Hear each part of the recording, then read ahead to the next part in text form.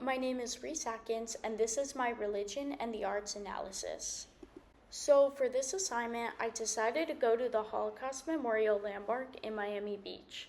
As it says in the name, this place was a memorial site for the Holocaust and was actually conceived by a group of Holocaust survivors. It opened February 4th of 1990, and literally everything about this memorial was so well thought out and planned.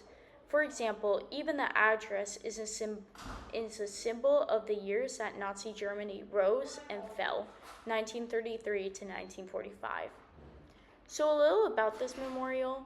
You basically started off with a sculpture of a mother and her two children in distress, which is depicted with the facial expressions, the children clinging onto the mom, and the mother's back being curvilinear. You then see the quote-unquote arbor of history, which teaches the viewers about the historical events that led up to and during the Holocaust. You then enter a dome of contemplation where there is a Star of David and an eternal flame. Now, I didn't realize this at the time, but this structure is supposed to evoke the feeling of a gas chamber, which is why there are scratches on the walls and the creation of this enclosed feeling. So after this, there's a tunnel entrance which has the names of concentration camps and the sound of Jewish children singing Holocaust songs. As you go towards the end of the tunnel, there is a central structure, a large forearm with a tattooed number and around 100 people climbing the arm, as if they are all trying to cry for help and reach freedom. There is also a memorial wall with the names of Jewish people who lost their lives in the Holocaust. As you make your way towards the end of the memorial, there is a statue of the same mother and two children as the beginning, except this time they lay on the floor lifeless. Finally, there is a reflection pool surrounded by the central structure. So these are some of the photos I took at the memorial that I thought were super impactful. So here I have the central structure, aka the arm and the hand, the reflection pool, and the statue of the mother and her two children at the beginning of the memorial. Now I will be diving into Rookmaaker's fourfold criterion, analyzing this memorial based off of the four lenses, including technicality, integration, veracity, and authenticity. So the first thing I noticed was how realistic the sculptures were of people and the hands in the middle. There were realistic facial expressions, skin textures, and body proportions, which allowed the ability to sculpt emotions such as grief, terror, and surrender on a much deeper level that is impactful to the viewer. Additionally, I also noticed there was a ton of balance. When you look at the memorial from the very front, the central structure is surrounded by the reflection pool and other parts of the memorial, including the statues of the woman and her children on two opposite sides. Also, it is hard not to acknowledge the fact that there was a ton of planning that went into the weight distribution and structural engineering of the memorial. For example, I looked up how big the central structure is, and it apparently is over 40 feet high. So not only did they have to balance a 40 feet high sculpture while ensuring that it can withstand weather problems such as high wind speeds, corrosion, and humidity, but they also made sure to balance the large number of people climbing the forearm. Finally, they also had to ensure the space between the reflection pond and forearm was precise so that the pond or the pool showcased the reflection of the arm. So overall, the technical excellence of the sculpture was very well planned and thought out. So moving on to the second lens, integration, I did notice that this memorial was very authentic and genuine in terms of depicting the horrors of the Holocaust. This memorial was conceived by a group of Holocaust survivors who have lived through this experience, which in my opinion allowed them to depict what was happening during this time on a more deeper level, and they did not sugarcoat what people faced and felt during the Holocaust. The depiction of emotions was very real and genuine, showcasing the struggles people face earnestly. Additionally, the elements presented were not there as decoration, but rather served as truth on a historically accurate level. Some of these symbols included the list of concentration camps, the names of the people who lost their lives because of the Holocaust, and the tattooed number on the sculpture of the forearm. Additionally, the emotional impact and power of this memorial does not come from trying to persuade the audience, but rather the honesty of what happened during the Holocaust.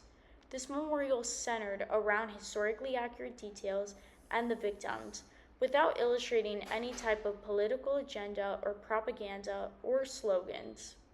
So overall, this memorial was very highly authentic and genuine, making it a very impactful place to the viewers. The third lens of Rookmaaker's fourfold criterion focuses on the themes and messages depicted in works of art. At this memorial, I picked up on numerous messages.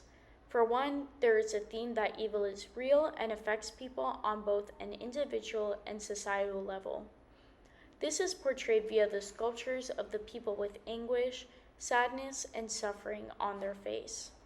Additionally, there is also the message that no matter if people try to strip one's humanity away from them, their human dignity will always be with them. In terms of the human sculptures at the memorial, even though they are all shown to be suffering, their humanity has not been erased, which is depicted in their distinct face, body, and emotional expressions. Because at the end of the day, human dignity is not something one is granted, it is something that one inherits when they're born. On top of this, there is also the theme that remembrance is always necessary. To get to the central structure, you literally must walk through history, where, as I said before, you pass by the historical details and timeline of the Holocaust. Because of this, the memorial forces you to learn and remember the history behind the Holocaust and what happened, subtly hinting at the message that we must remember the past to ensure that history does not repeat itself. Once you get to the main structure, the arm reaching for the sky, while around 100 people climb the arm, is a cry for help and freedom out of the horrific situation millions of people were put into. Once I made it to the reflection ponds at the end, I realized that this was a symbol of more responsibility. As it says in the name, it's a reflection pool. And the purpose of this reflection pool is for people to reflect on the fact that we as people have an ethical duty to respond to evil and protect others when they are being dehumanized. Finally, there is of course the message that the Holocaust was a tragedy for all Jewish people, which was depicted throughout the memorial. Finally, the fourth lens. This lens deals with how the artistic structure and form help support its meaning. First off, the artistic style is very realistic, which allows the meaning to be depicted very well. Having the literal bodies with realistic emotion and emotional expressions helps to showcase the literal suffering 6 million Jewish people went through. There was also a lack of decorative elements, so that the focus stays on the suffrage of the victims rather than something else. Additionally, the large scale of the forearm and the amount of people climbing it portrays the extremeness and overwhelming horror and anguish so many people went through because of the Holocaust. I also noticed that by taking the people on a physical journey through the Holocaust, there is a mirroring of the historical and emotional progression that people went through. On top of this, there's a contrast between chaos and serenity. For example, when walking towards the main sculpture, you are walking through a tunnel entrance that has the sound of Israeli children singing songs from the Holocaust, while being surrounded by the names of concentration camps. Even though you have the calm voice of children singing, you are surrounded by the names of horrific places, illustrating a contrast between the serenity of children singing with the writings of chaotic places. This contrast showcases the idea that remembrance of the past, though it is horrible, is inseparable from the creation of peace, meaning you cannot reach peace unless you remember the past to make sure it will not repeat itself. Finally, circling back to the scale of the forearm, this large size makes the viewers feel small, which allows them to sympathize with the feelings of powerlessness people faced during the Holocaust. So, overall, there was a lot of harmony between the four lenses in terms of the structure and craftsmanship, the themes depicted, and the authenticity and honesty of this memorial. I honestly really enjoyed visiting this place because even though it was sad to see, it is crucial to remember our past so history doesn't repeat itself, which is what this place did exactly. Thank you for listening to my presentation. I hope you enjoyed it and learned something new.